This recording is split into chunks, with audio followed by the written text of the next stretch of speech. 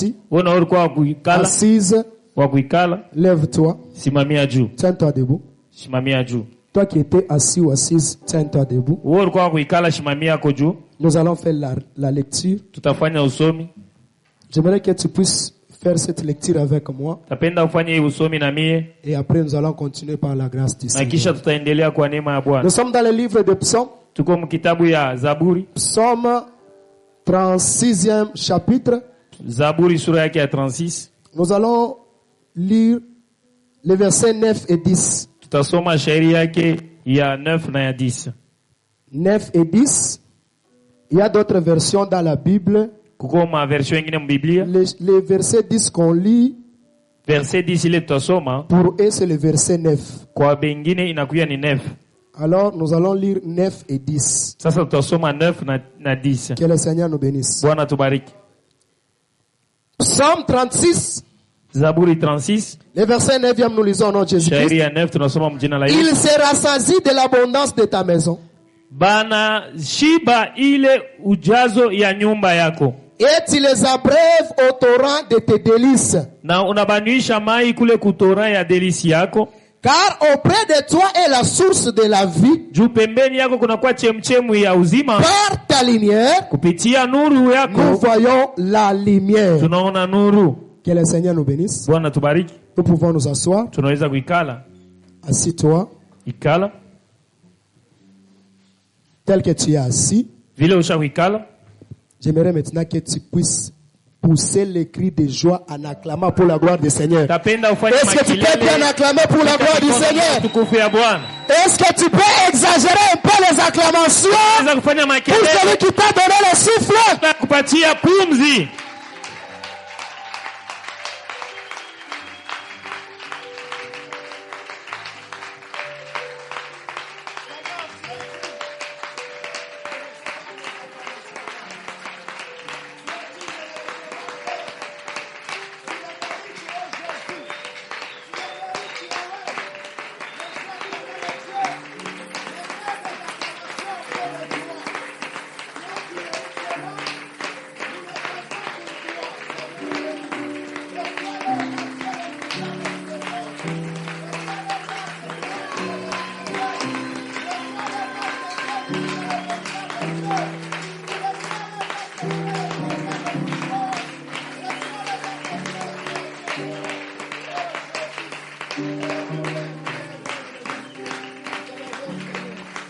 Ô Seigneur Jésus, gloire soit rendue au Seigneur. Gloire soit rendue au Dieu Tout-Puissant. Que le Seigneur te bénisse. Nous allons parler d'un thème qui dit, par ta lumière, nous voyons la lumière. Que le Seigneur te bénisse. Je suis venu ce matin te présenter un véritable ami. Dans ce monde, il n'y a pas un amour. Il n'y a pas un amour qui peut dépasser l'amour de cet ami que je vais te présenter aujourd'hui. Je vais t'expliquer ceci. Sur la terre, quelqu'un peut te dire qu'il t'aime. Il peut être ton papa. Il peut être ta maman. Il peut être ton frère. Il peut être ton mari. Il peut être ta femme. Mais l'amour que Jésus nous aime dépasse tout l'amour que nous avons sur la terre. Parce que bien que ton mari t'aime, quand tu vas mourir, le mari qui t'aime là ne peut pas accepter qu'on vous enterre ensemble. Il va te laisser partir. Ta propre mère qui t'a mis au monde, quand tu mourras, ta maman ne va pas accepter que tu sois enterré avec elle. Mais il y a un ami. Oui, quand même les gens t'abandonnent seul. Même quand les gens te rejettent, quand lui arrive, il cherche ton tombeau. C'est pourquoi quand Jésus est venu, Kwa maana wakati Yesu alikuja. Chez Marthe et Marie. Kwa Martha na Maria. La Bible dit que Lazare était déjà mort. Inasema Lazaro. Ça faisait déjà 4 jours. Ilifanya masiku 4. Ses propres sœurs. Dada yake. Qui aimaient leur frère. Walipenda ndugu yao. Disaient à Jésus. Banazo muonesha Yesu. Tu cherches son tombeau. Unatafuta kaburi yake. Mais nous te rassurons. Lakini tunakuhakikishia. Qu'il sent déjà. Eko na nunka. Il y a déjà de l'odeur. C'est difficile qu'on s'approche du tombeau. Mais quand Jésus regarde Marthe, il dit, moi j'ai pas le problème de l'odeur. Le problème, montre-moi où vous l'avez mis. C'est que même si ta famille t'abandonne, il y a un ami qui ne t'abandonnera jamais. Même si tes parents t'abandonnent, il y a un ami qui ne t'abandonnera jamais. C'est seulement le même tombeau. On disait qu'il sentait déjà. C'est vers ce tombeau-là que Jésus est parti. C'est vers ce tombeau-là que Jésus est allé prier. C'est vers ce tombeau-là que Jésus est allé crier. Lazare sort. Oh, c'est un véritable ami. C'est pourquoi avant de partir, il a dit aux disciples, je ne vous appelle plus mes serviteurs, mais je vous appelle mes amis. Parce qu'un ami est plus qu'un frère. Que le Seigneur te bénisse. Sois tout le temps avec Jésus. Sois tout le temps avec cet ami-là. Il ne t'abandonnera jamais. Il ne t'abandonnera jamais. C'est un ami qui n'abandonne pas. Job est en train de dire ceci. Quand un homme est dans la souffrance, lorsque l'homme souffre, il a besoin de l'affection de son ami. Même quand il abandonnerait la voie de Dieu, même quand il abandonnerait la crainte de l'Éternel, mais il a besoin de l'affection de son ami. Cet ami-là, ce n'est que Jésus-Christ. Ce n'est que Jésus. Que le Seigneur te bénisse. Psaume nous dit ceci. Par ta lumière, nous voyons la lumière. Quand le psalmiste est en train de nous parler de ça, ils sont en train de nous montrer qu'il y a des lumières. Il y a une lumière qui présente l'autre lumière. C'est qu'il y a une première lumière qui est en train d'amener une autre lumière que les gens vont voir. C'est pourquoi on dit ceci. Par ta lumière, nous voyons la lumière. C'est-à-dire il y a une lumière qui appartient à l'Éternel. C'est à travers la lumière qui appartient à l'Éternel que nous aussi nous voyons une autre lumière. Que le Seigneur te bénisse. C'est que cette lumière, c'est une lumière qui présente l'autre lumière. C'est une lumière qui montre le chemin vers l'autre lumière. Mais lorsque nous entrons dans les Écritures, nous posons la question aux Écritures pour savoir d'abord la lumière c'est quoi. La lumière c'est quoi. Il y a un prophète qui nous a répondu. Isaïe. C'est Esaïe qui nous répond. Je crois dans Esaïe 49. Lis avec moi. Que le Seigneur te bénisse. Esaïe 49. Nous allons lire le verset 6e. Écoutez ce que la Bible est en train de dire.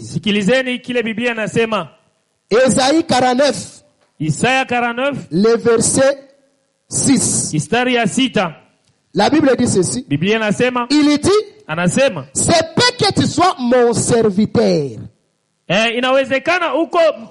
relever les tribus de Jacob. Et pour ramener les restes d'Israël. Je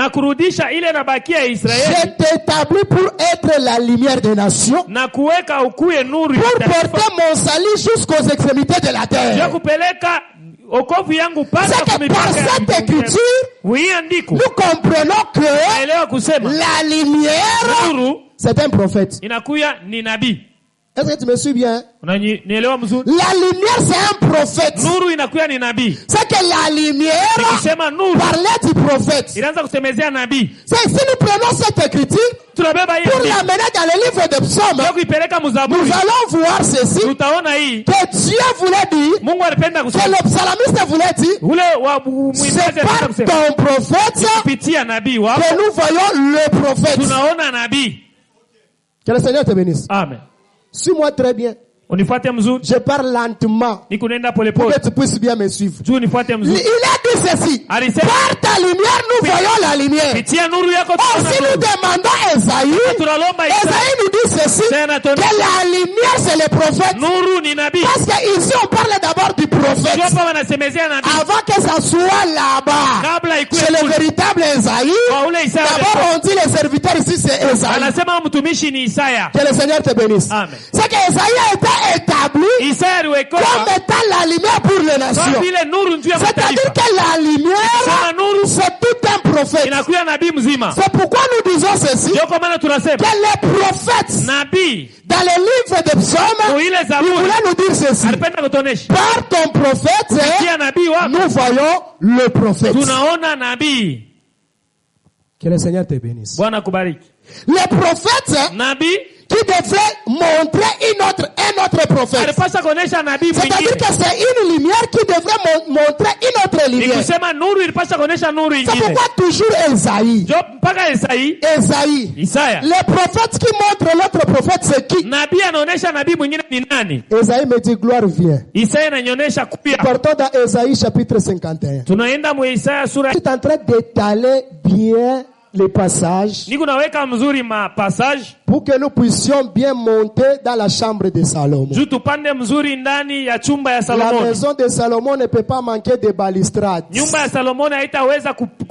Sinon, si ça manque de balustrades, il y aura beaucoup de tikis qui vont tomber. Que le Seigneur te bénisse. Amen. Alors, on met d'abord des balustrades pour que nous puissions bien monter ensemble. Esaïe 51 nous dit ceci. Esaïe chapitre 51. Je suis au verset 4e. Suis très bien. Il faut lire pour que tu puisses comprendre. Si tu n'as pas la Bible, lis avec ta voisine ou bien ton voisin. C'est très important. Esaïe 51. Le verset 4e, je lis au nom de Jésus.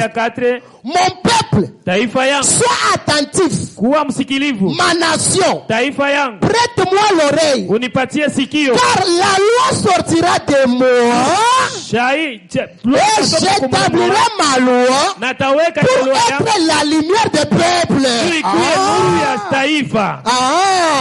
C'est-à-dire que, regarde-moi. C'est qu'ici, on nous montre que la lumière, c'est la loi. La loi de qui? La loi de Dieu. C'est que la première lumière, c'est la loi. Or, attention, la loi c'est un prophète.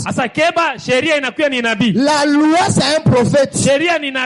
Pourquoi est-ce que la loi c'est un prophète? C'est pas moi qui l'ai dit. C'est Matthieu 11. Matthieu 11, 13. La Bible dit ceci dans Matthieu chapitre 11, le verset 13e. La Bible est en train de nous dire, car tous les prophètes et la loi ont prophétisé jusqu'à Jean.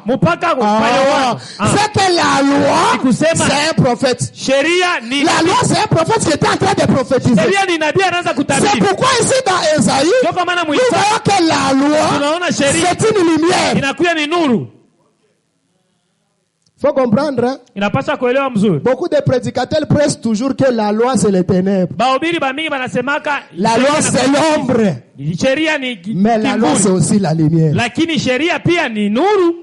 C'est que la loi était en train de prophétiser.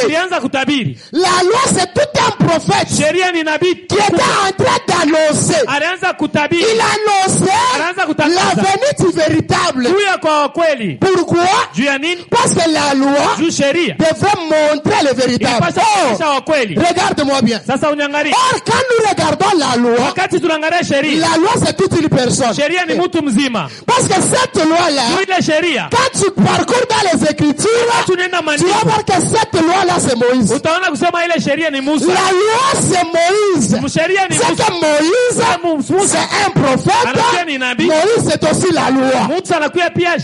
C'est pourquoi Moïse, c'était la première lumière qui devait présenter la deuxième lumière. Quand tu parcours les Écritures, tu vas voir ceci. Que dans les Écritures, c'est Moïse qui était en train de présenter la venue de Jésus.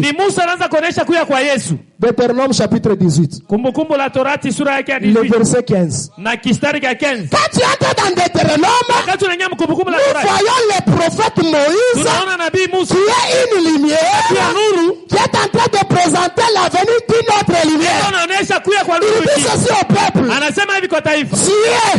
Dieu vous suscitera entre vous là. Il va susciter un autre prophète qui ne sera pas semblable à Élie. Ce prophète-là, il ne sera pas semblable à Jérémie. Mais ce prophète-là, il sera comme moi. C'est-à-dire le prophète, c'est Moïse d'abord. Et le deuxième prophète, c'est Christ. La Bible tout entière. La Bible n'a que deux prophètes. Si on veut parler de prophètes majeurs, s'il y en avait dans la Bible le mot prophète majeur, il allait y avoir seulement Moïse et Jésus. C'est ceux-là qui sont des prophètes majeurs. Aujourd'hui, même si tu te dis que tu es prophète majeur, il faut te poser la question. Tu dépasses Paul, hein? Tu dépasses Paul. Mais Paul dit que je suis le moindre. Alors toi tu es majeur encore. Que le Seigneur te bénisse. Amen. Le prophète majeur d'abord c'est Moïse.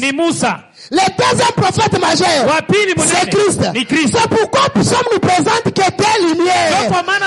Il n'y a pas trois lumières, il n'y a pas quatre lumières, il n'y a que telle lumière. C'est cette telle lumière que le prophète nous a présentée.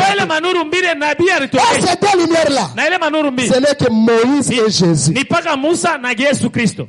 Jésus c'est la lumière. C'est que Moïse, la Bible dit dans Galates, c'était un pédagogue. Il nous amenait quelque part. Il nous amenait où?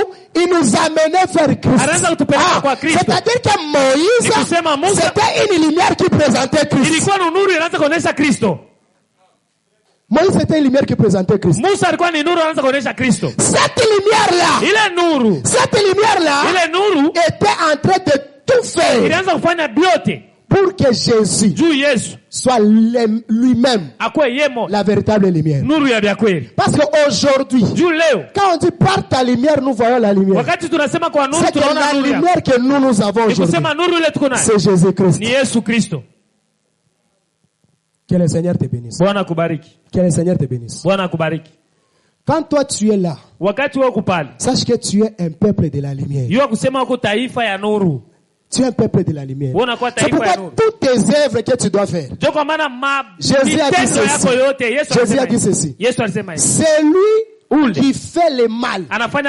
Il hait les ténèbres. Amen. C'est lui qui fait le mal. Il n'aime pas la lumière. Pourquoi est-ce qu'il ne va pas aimer? Parce que ses œuvres seront découvertes. Regardez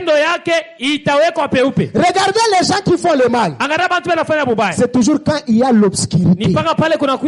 C'est toujours à l'écart des hommes. Quand ils sont seuls là, c'est alors qu'ils font le mal. Mais toi, un enfant de Dieu, la Bible dit ceci, que ta lumière éclaire partout. Que ta lumière éclaire partout.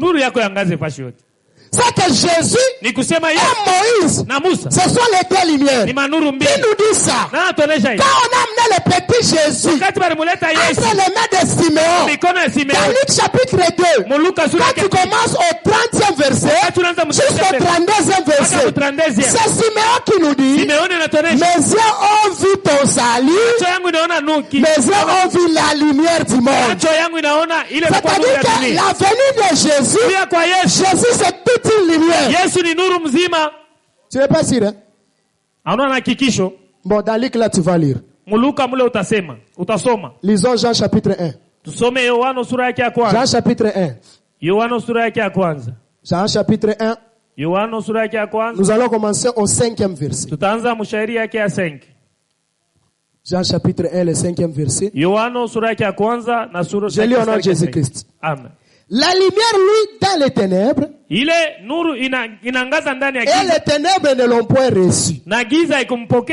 Il est un homme envoyé de Dieu.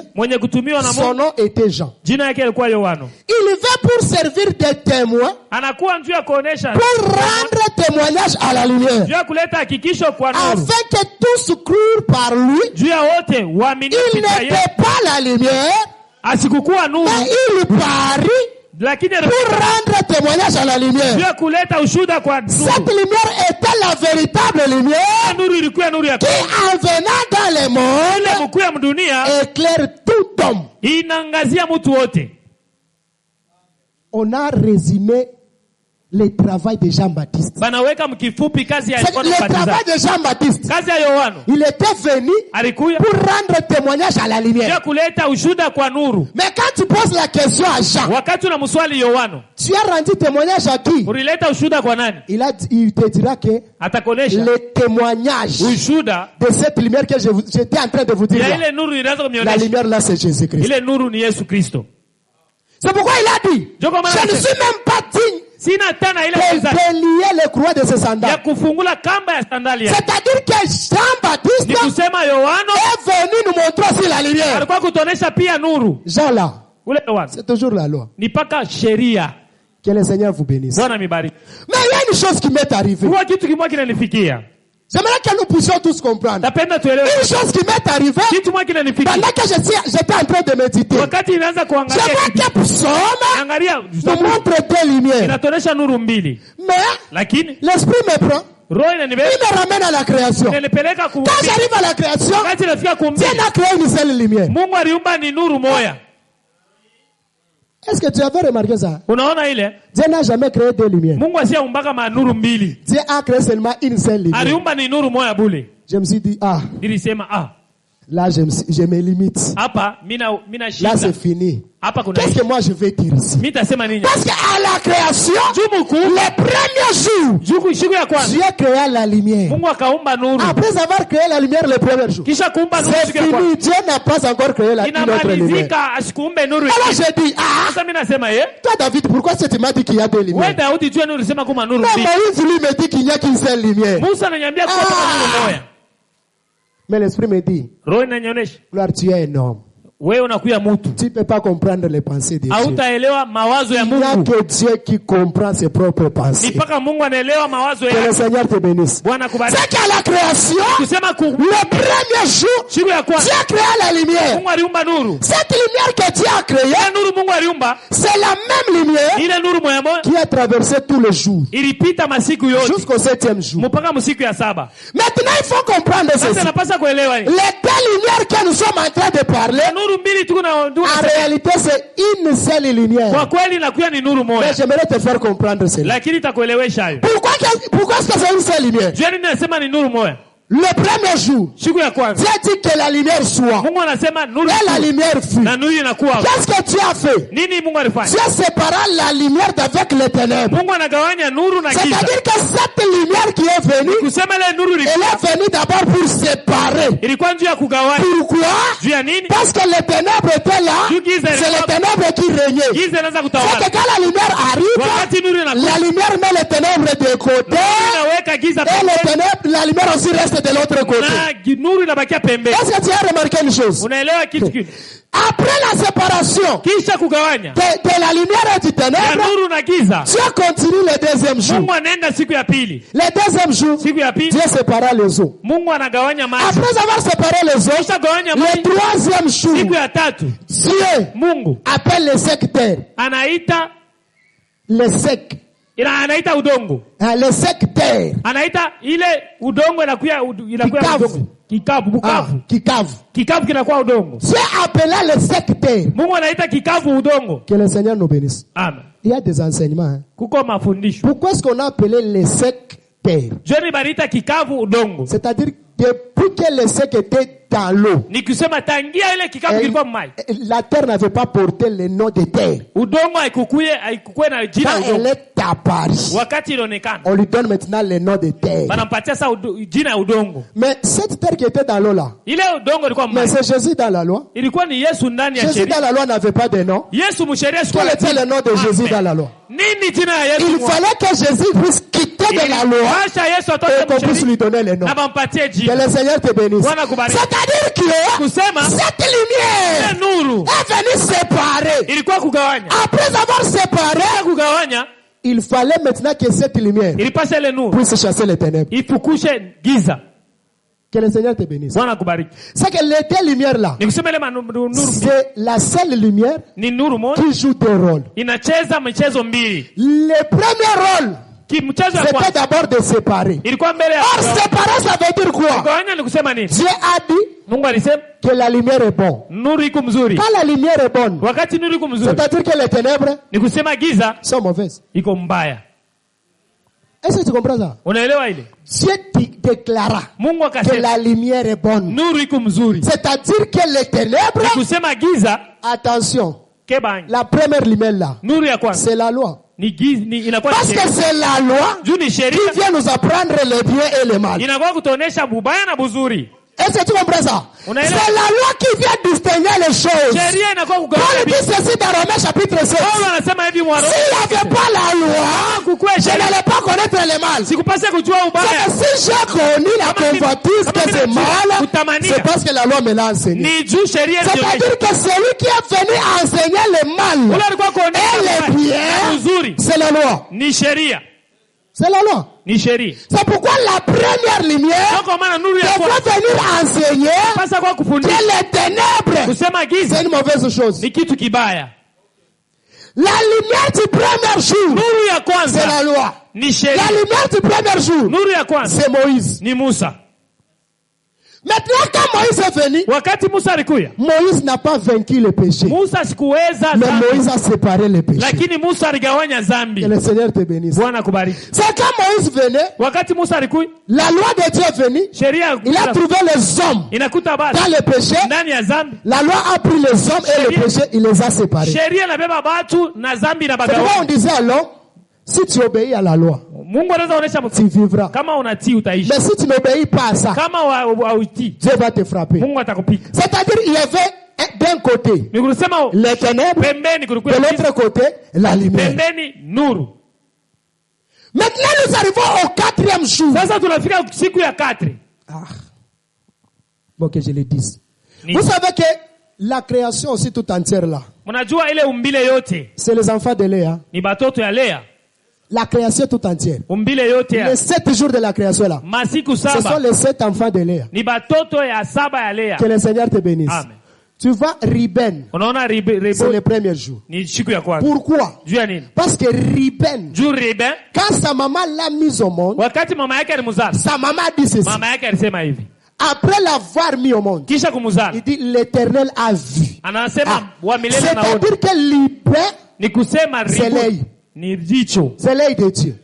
Or, quand l'esprit me dit, gloire vient d'abord de ce côté ici. On part avec l'esprit. On entre dans Matthieu chapitre 6, le verset 22. Quand on regarde ici, on dit que l'œil est la lampe du corps. C'est que l'œil c'est la lumière. Ce qui éclaire le corps, c'est l'œil.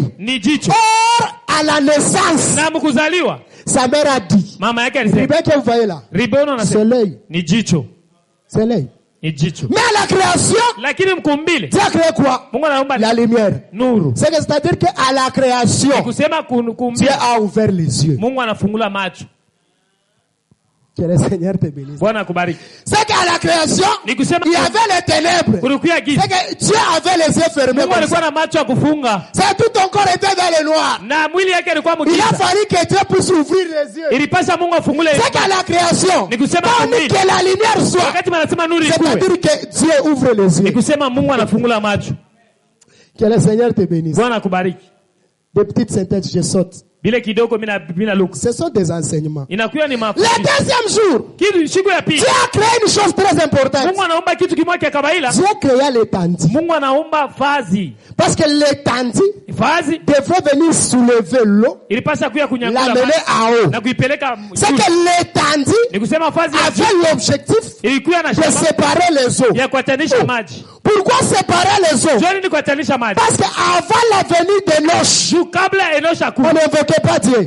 C'est qu'on n'appelait pas Dieu. Pour qu'on commence à appeler Dieu, il a fallu qu'il y ait une séparation entre Dieu et Adam. Quand il y a une séparation, et que Adam se trouvera dans l'obligation de chercher son créateur, alors on doit commencer à invoquer l'Éternel.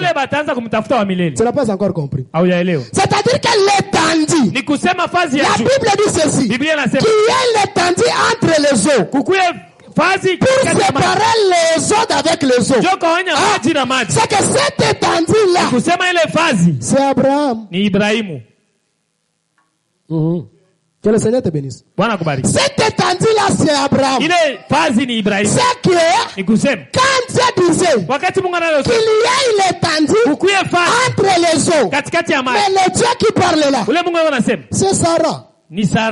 C'est Sarah qui a dit, mon fils n'héritera pas avec le fils de la servante. Qu'est-ce qu'il faut faire? Il faut les séparer. C'est-à-dire que le fils de la servante doit partir.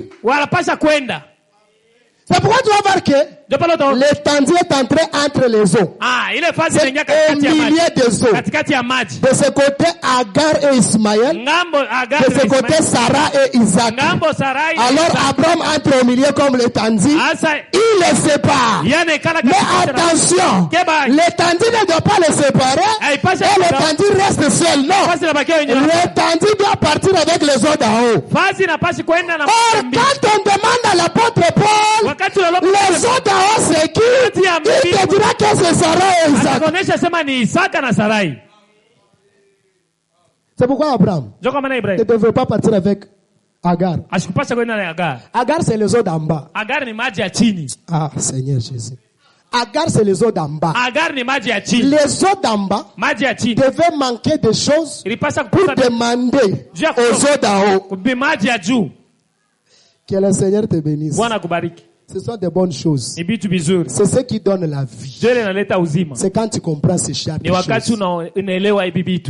Bon, je passe pour courir derrière le temps. Le troisième jour, quand Dieu arrive, Dieu dit une chose, que les eaux se rassemblent. C'est que les eaux d'en bas qui étaient éparpillées là, que ces eaux-là puissent se rassembler. Oh, attention, les eaux qui se rassemblent là, c'est le fils d'Abraham. Parce qu'Abraham c'est lui les eaux. Quand Abraham est séparé, les eaux qui restent là, les eaux ne doivent pas se disperser. Pourquoi? Parce qu'il y a un homme qui doit sortir du milieu des eaux d'en bas. C'est que quand on dit que les eaux se rassemblent, c'est-à-dire que tous les prophètes, parce qu'Israël c'est un peuple prophète. Ce sont des prophètes. Israël devrait se rassembler. Quand ils se rassemblent maintenant, Dieu dit que les secs paraissent. Les secs qui apparaissent là. Les secs qui apparaissent là. C'est ça Lévi, c'est ça même Jésus. Les secs qui apparaissent, c'est ça Jésus. Pourquoi est-ce qu'ils devraient se rassembler? Parce que Jésus, c'est une partie d'Élie, c'est une partie de Jérémie, c'est une partie d'Amos, c'est une partie d'Abakouk, c'est une partie de tel et de tel.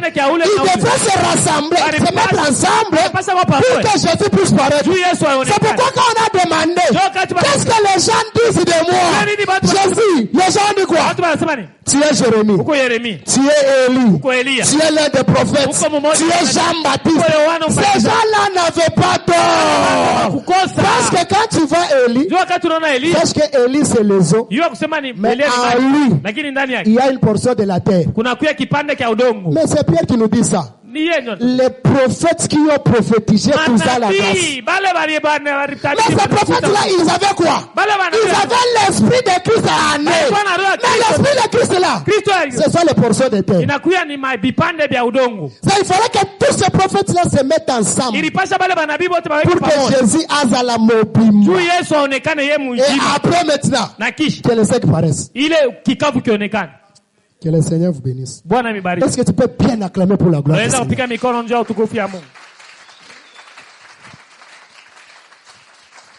Maintenant, le quatrième jour, nous avons expliqué ceci. Le premier jour, la lumière là, c'était la création, c'était la loi qui est venue séparer. Mais la deuxième lumière, c'est toujours cette lumière là, mais qui arrive à la maturité. C'est que c'est la même lumière, mais qui grandit. Parce que le quatrième jour, Dieu n'a pas créé d'autres lumières. Dieu a fait porter la lumière encore. C'est-à-dire que le quatrième jour, la lumière devrait maintenant régner partout. Ce n'est plus le temps où la lumière devrait être d'un seul côté. C'est le temps maintenant où la lumière devrait régner et sur les ténèbres et sur la lumière. Est-ce que tu comprends bien? Parce que quand tu as créé, tu as appelé la lumière jour, il appellera les ténèbres nuit. Mais attention, au quatrième jour, la journée, on appelle jour. La lumière là, on appelle jour. On lui a donné un président qui s'appelle le soleil. La nuit, qui s'appelle les ténèbres là, on lui a donné la présidente et ses enfants. C'est la lune de tous les étoiles. C'est-à-dire que la lumière du quatrième jour, la lumière devrait dominer partout. C'est pourquoi tu vas comprendre ceci. Le quatrième fils, Judas, devrait recevoir les hommages de tous ses frères. Pourquoi? Parce que Judas devrait régner partout. C'est que la lumière de 4 jours, il devrait régner partout. C'est pourquoi Judas devrait être roi. Mais Judas devrait être roi après la mort de Ruben. Que le Seigneur soit loué. Que le Seigneur soit loué. Judas devrait être roi après la mort de Ruben. Pourquoi? Judas ne devait pas régner tant que Ruben vit encore. C'est pourquoi tu vas comprendre ceci. Que quand Jacob devrait bénir ses enfants, Jacob devrait commencer par tuer Judas. Tuer d'abord Ruben. Quand il tue Ruben, maintenant la royauté devrait tomber sur Judas.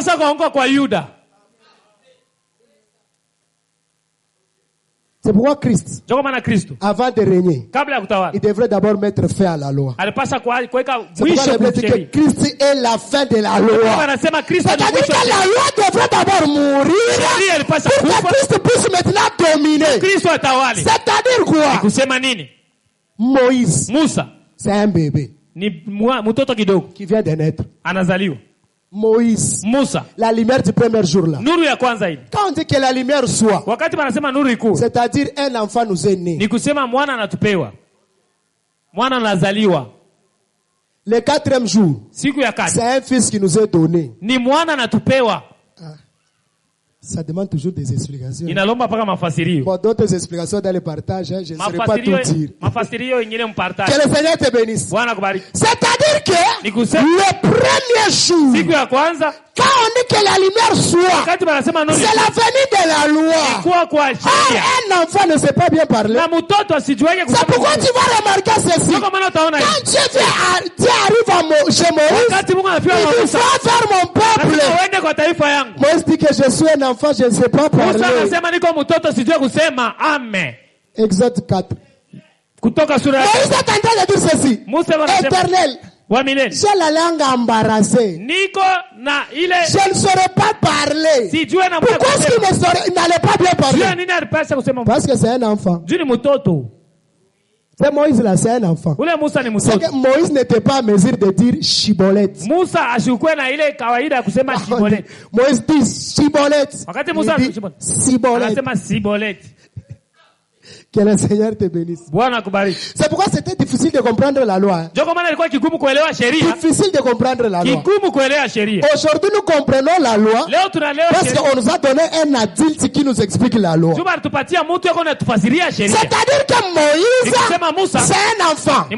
Quand il vient, la présence de la lumière est là, mais la présence ne domine pas. Non, je vais bien t'expliquer. Regarde. Dans la maison d'Abraham. C'est pourquoi la Bible dit qu'Abraham est la source de beaucoup de choses. Dans la maison d'Abraham, c'est Ismaël qui régnait. Quand Ismaël était en train de régner, il était le fils unique dans la maison d'Abraham. Maintenant, la venue d'Isaac est venue différencier les choses. Ça commence à différencier les choses. Parce que la naissance d'Isaac, il y a maintenant la différence entre le fils de la servante et le fils maintenant de la femme légitime. Mais avant, il n'y avait pas cette différence. C'est-à-dire que la naissance d'Isaac, c'est la venue de la première lumière qui est venue mettre les choses à côté, qui est venue séparer. Mais attention, pour dominer, pour régner, il fallait le sévrage d'Isaac. C'est-à-dire quand Isaac est né, Isaac restait avec Ismaël. C'est ça qu'il y avait le jour, il y avait la nuit. C'est-à-dire quand c'est la nuit, il n'y a pas de lumière, pas même une étoile. C'est comme ça qu'il vivait. Isaac est là, Ismaël est là. Maintenant le sevrage arrive. Quand Isaac fut sévré, la Bible déclare, la maman déclare maintenant que mon fils ne va pas hériter avec le fils de la servante. C'est-à-dire que avant, Isaac ne dominait pas. Isaac ne dominait pas. Il y avait un temps, on va parler d'Isaac. Il y a un temps dans la maison d'Abraham où on parlera d'Ismaël. Mais quand Isaac grandit, quand Isaac devient grand, les prédications qui devaient rester dans la maison d'Abraham, c'est Isaac le fils unique d'Abraham. Isaac le fils unique d'Abraham. Pourquoi? Parce que Ismaël a déjà quitté la maison d'Abraham. Ismaël qui quitte la maison d'Abraham, c'est-à-dire qu'Isaac hérite maintenant de tout. Il domine sur toutes choses. C'est ça même la lumière. La lumière du premier jour, Dieu l'a présenté comme un enfant qui devrait grandir. Mais quand l'enfant devient grand, il doit être maintenant l'héritier.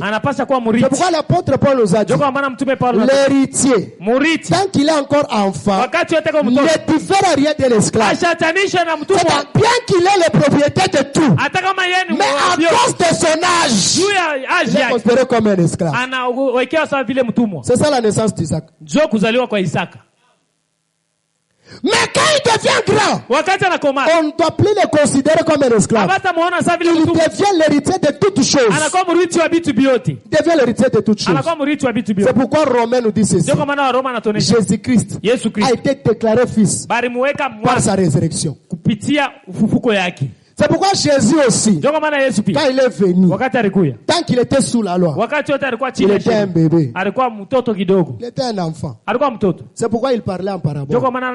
Parce que quand l'enfant parle, pour le comprendre, c'est tellement difficile. Il faut que l'enfant puisse grandir. Quand il grandit, il parle ouvertement. Que le Seigneur te bénisse. Cette lumière-là, c'était la croissance du soleil. On ne va pas dépasser les ronds, on va se limiter quelque part. Cette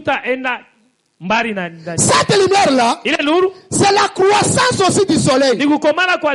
Parce que le soleil, quand le soleil s'élève, c'est le matin.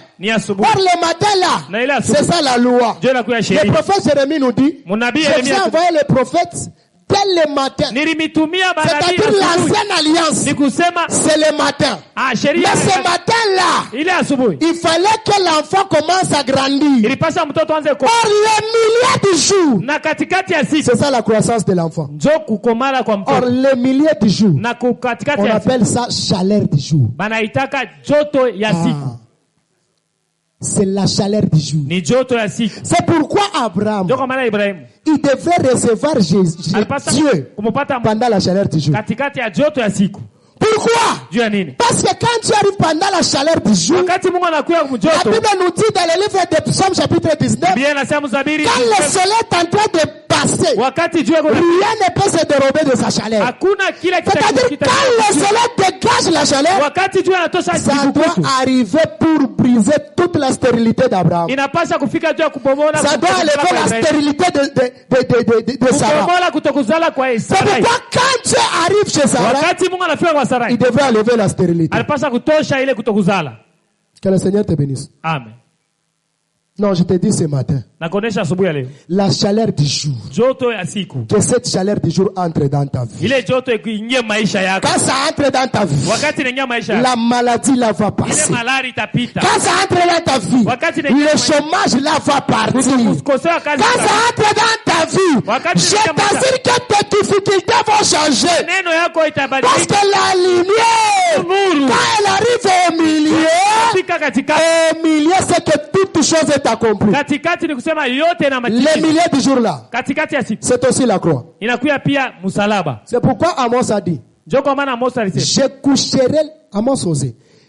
coucherai le soleil à midi. Pourquoi est-ce qu'on a dit à midi? On dit, je ferai coucher le soleil à midi. C'est-à-dire que ça ne sera pas son moment. Ça ne sera pas son temps. Mais moi, Dieu, je vais forcer le soleil à se coucher. Pourquoi il devrait se coucher? Parce que quand le soleil se couche, il entre dans la maison d'Abraham. Le soleil était en train de passer. Quand le soleil passe, il y a un homme qui était assis, qui a vu le soleil. Il a déclaré, soleil, arrête-toi. Amen. Tu ne m'as pas encore compris.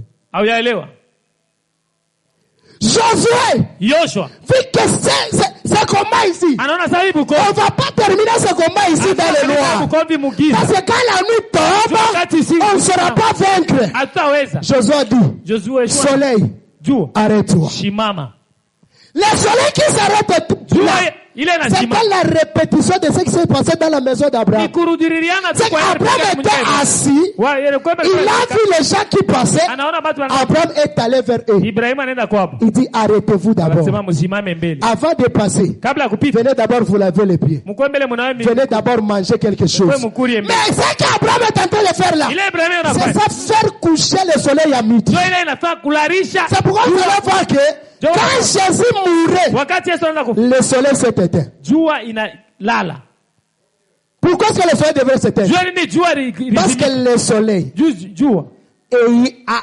le soleil tirait sa lumière de Jésus. Jésus comme étant le véritable soleil, quand lui s'était à la croix, directement le soleil que nous voyons aussi devrait s'éteindre. Que le Seigneur te bénisse. Amen. Regarde ta vie. Angalia maisha yako. Pendant que tu es sur la terre, wakati uko pa udongo, tu as besoin de choses. Uko unalazimishwa vitu. Pendant que tu es sur la terre, wakati uko pa udongo, tu as besoin que Dieu puisse t'aider. Unalazimishwa Mungu pendant que tu es sur la terre, wakati uko pa udongo, tu as besoin de la guérison. Unalazimishwa mais uponyaji. attention, Lakini keba, on ne cherche pas la guérison partout. abatafutake la guérison, on la cherche auprès de Jésus. Anaitafutaka pembeni ya Yesu. Si tu as la foi, kama kuna imani, quel que soit tes problèmes, sache que Jésus va te donner ce que tu cherches. Quand tu cherches Dieu, tu vas le trouver. La Bible dit qu'un jour Jésus était assis dans la maison, mais ces gens-là avaient la foi. Ils ont pris un paralytique, ils ont ouvert les doigts. Pourquoi est-ce que ces gens-là n'ont pas laissé le paralytique? Ils l'ont amené directement vers Jésus. Parce qu'ils avaient que Jésus, rien n'est impossible à lui. C'est que toi tu vois qu'il y a des choses qui sont impossibles. C'est à toi l'homme. C'est toi qui vois cela que c'est impossible. Mais chez Dieu, rien n'est impossible. Est-ce que tu es sûr? Le Dieu qui a ressuscité Lazare, après 4 jours dans le tombeau, il est incapable de te donner le travail que les païens ont entre les mains. Le Dieu qui a donné des enfants à des femmes stériles que nous lisons dans la Bible, il est incapable de te donner des enfants. Il n'a jamais été incapable. Crois seulement et tu verras la gloire de Dieu. Parce que la foi, c'est une chose qui achète des choses sans argent. Esaïe nous dit venez acheter, mais sans l'argent. Je t'assure ce matin, l'argent que tu as là, c'est la foi. Parce que la foi appelle à l'existence des choses qui n'existent pas. Celui qui a la foi, il peut dire que dès que je sors ici, ma maladie termine. Et comme il a la foi, dès qu'il va sortir, la maladie va terminer.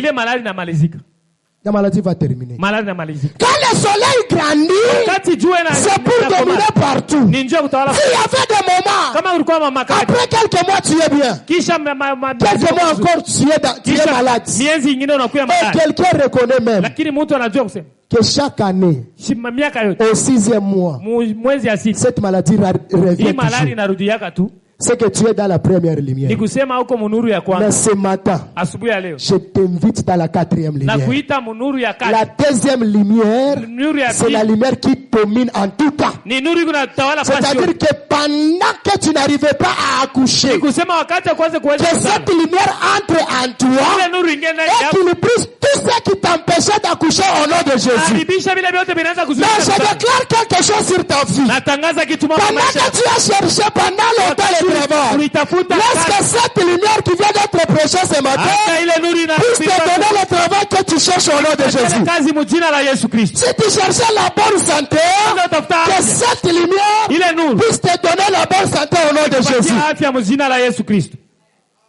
Jésus a dit à Marthe, si tu crois, tu verras la gloire du Seigneur. Et la Bible dit dans Hébreu, sans la foi, personne ne peut lui être agréable. Bien, croire.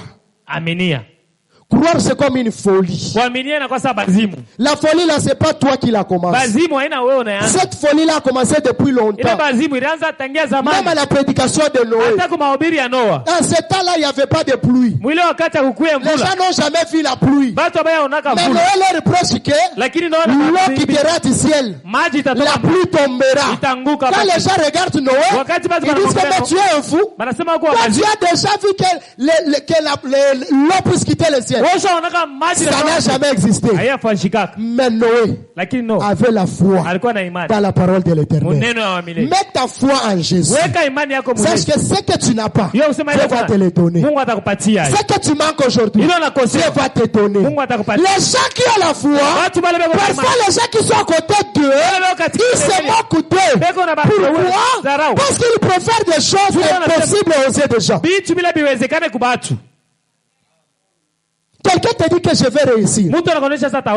Mais quand tu regardes, il n'a même pas 80% de réussite. Mais il te dit que moi je vais réussir. Que le Seigneur te bénisse. Le problème c'est pas ce que les hommes voient. Le problème c'est toi et Dieu.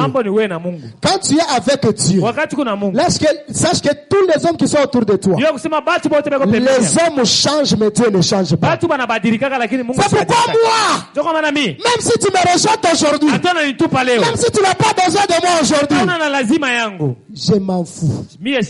Je reste avec Dieu. Un jour, tu auras besoin de moi. Ne cherche pas que les gens te cherchent toujours. Laisse que Dieu soit avec toi. Les gens peuvent te critiquer. Les gens peuvent dire du n'importe quoi. Reste attaché à Dieu. Quand tu restes attaché à Dieu, c'est toi les mêmes Jephthé qu'on a chassés. C'est les mêmes Jephthé qu'ils auront cherché. Quand on te chasse, accepte. Quand on ne voit pas ta valeur, accepte. Accepte. Mais Dieu, on dit qu'il a la gestion des temps et des circonstances. Dieu, c'est un Dieu des circonstances. Il peut créer une circonstance. Tu te sens que dans cette circonstance. Non, il faut que frère Doudou soit là.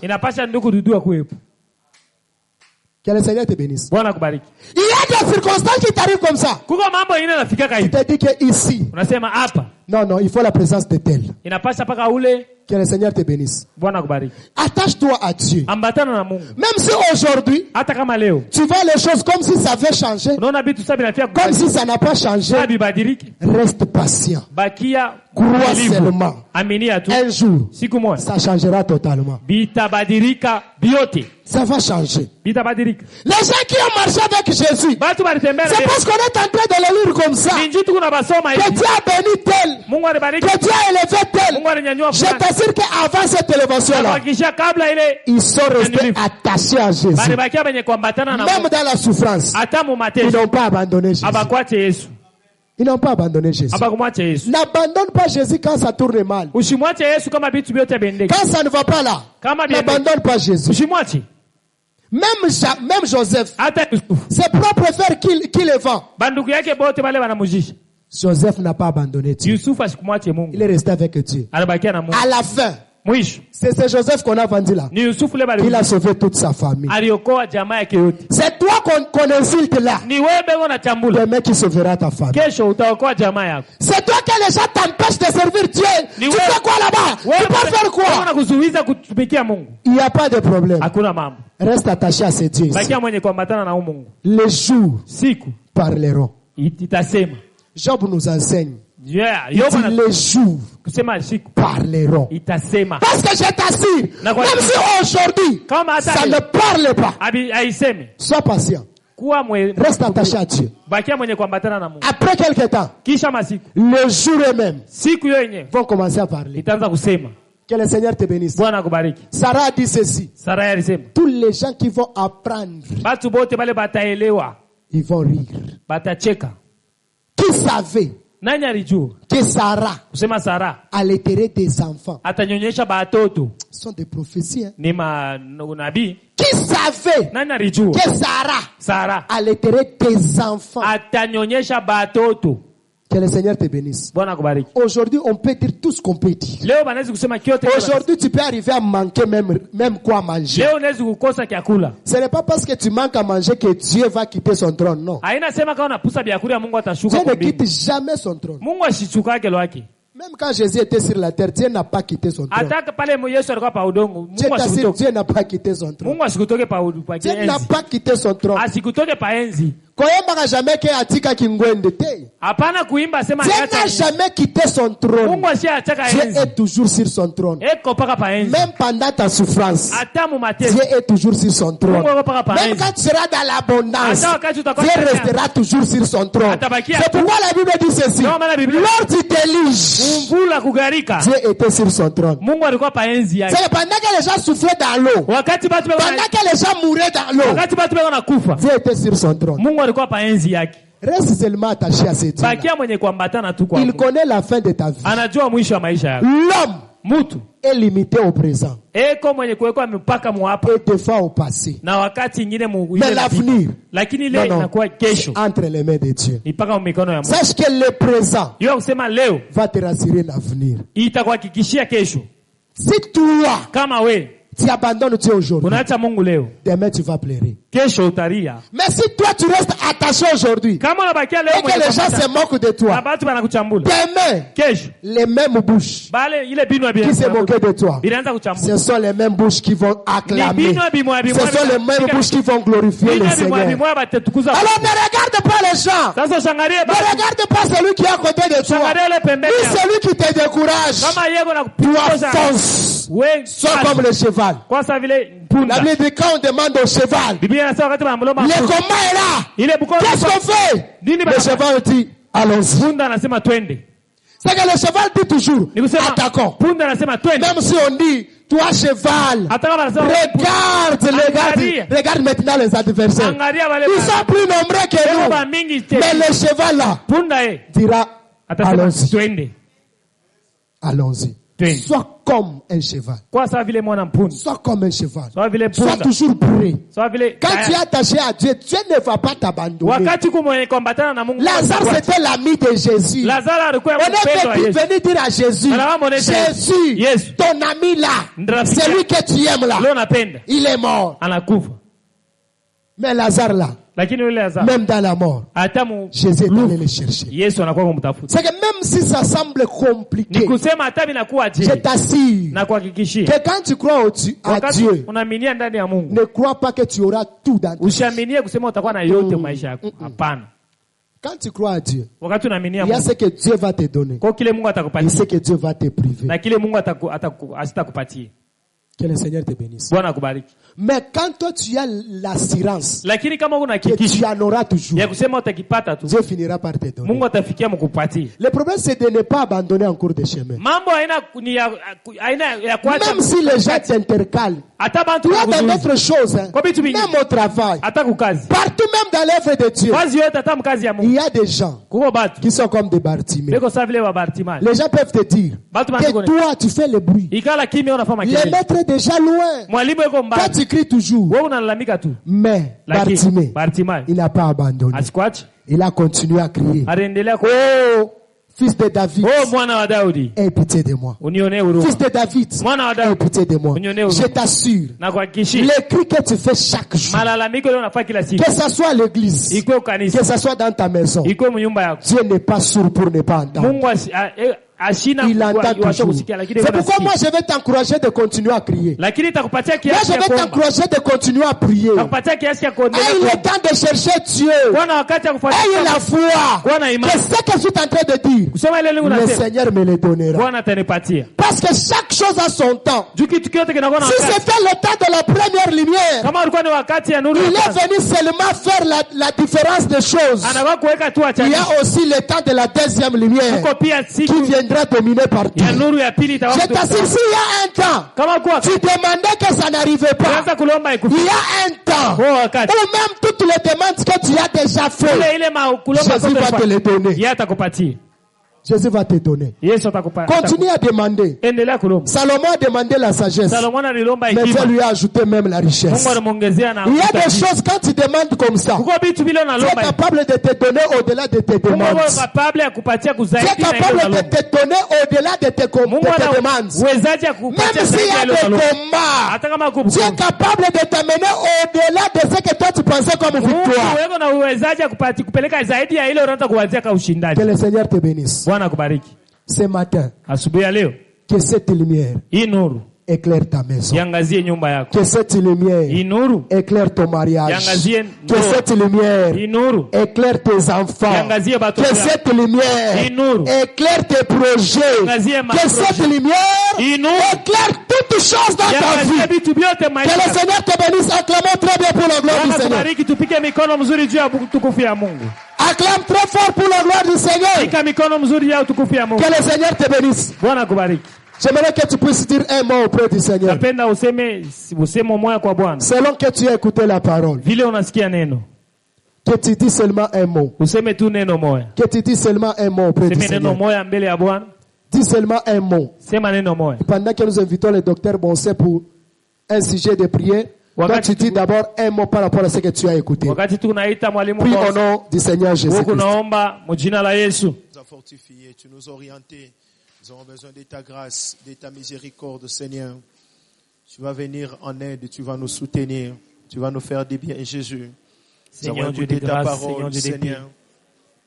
Fais-moi passer de la première lumière jusqu'à la quatrième ta grâce, Seigneur. Pour que la lumière règne. Nous avons besoin de ton amour et de ton soutien, Jésus. Je ne veux plus, Seigneur, rester dans la première lumière. Nous avons besoin de ta grâce et de ta bonté. C'est le Seigneur Jéhovah qui vient séparer la lumière du ténèbre, mais je vais traverser pour régner au quatrième jour.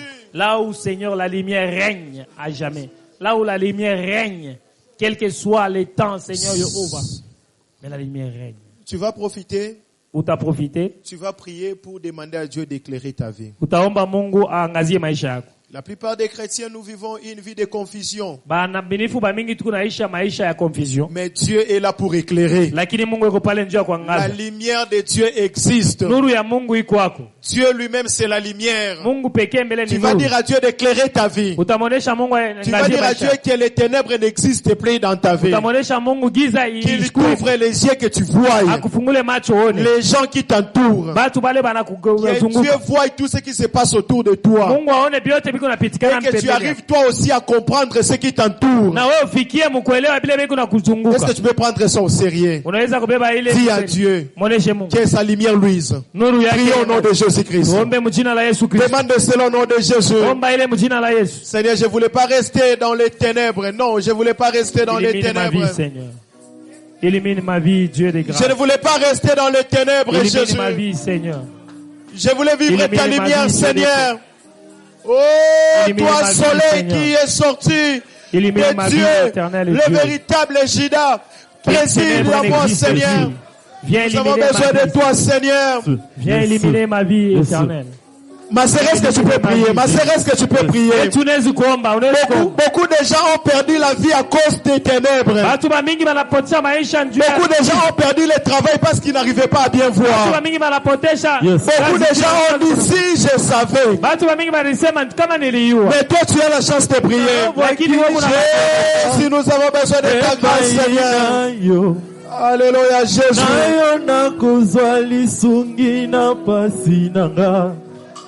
Eko utawapi epainayo Omo Jésus pakatambangu ya salabikamo alingina Jésus tumbana ngana salabikamo alingina bitumana ngana Jésus salabikamo salabikamo